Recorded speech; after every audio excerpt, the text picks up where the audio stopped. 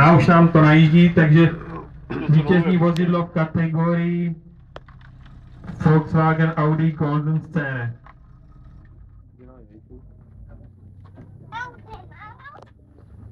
Ne, to ne.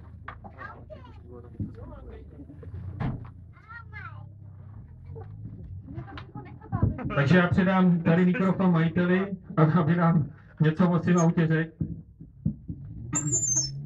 Pojď sem blíž. Tak je to Golf 2 GTI.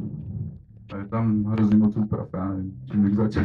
No mě tady strašně na tom autě fascinuje tady vepředu ten piercing, hele tady. No to je piercing v bradavkách, no. Bradavky taky máš tam piercing. Poslední úprava.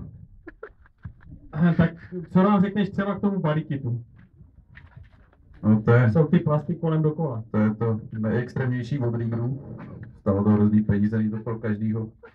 Hrozně široký, 2 metry vzadu a 1,5 metru vpředu. Na každou stranu samozřejmě. Zajímalo. Hrozný podložky to ještě jsou pod těma kolama. No, koukám, že ty kola jsou docela jako lezou ven. No jsou 6,5 na 15, ale hrozně vypodložkovaný, jo. Aby to... Tam jsou aspoň... No to pak sedí to tak přibitý v zatáčkách. Jo. Hlavně když jedu kudlu. Kudlu. Co je zajímavé v tom autě? Tam je to taky jak ten Rager, nebo jak se tomu říká? No to je auto z katalogu Rieger 2000. Prostě srazová šelma. Ale to auto není z roku 2000. No to je takový složitější doby. Radši nechal bez komentáře. Takže gratulujem vítězí. Abych to se dal správně. Tady. Gratulace. Já moc děkuju, určitě přijedu zas rád.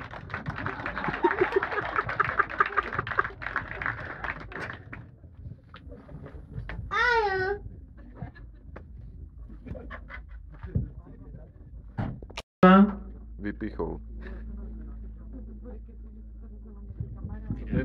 Gratuluji.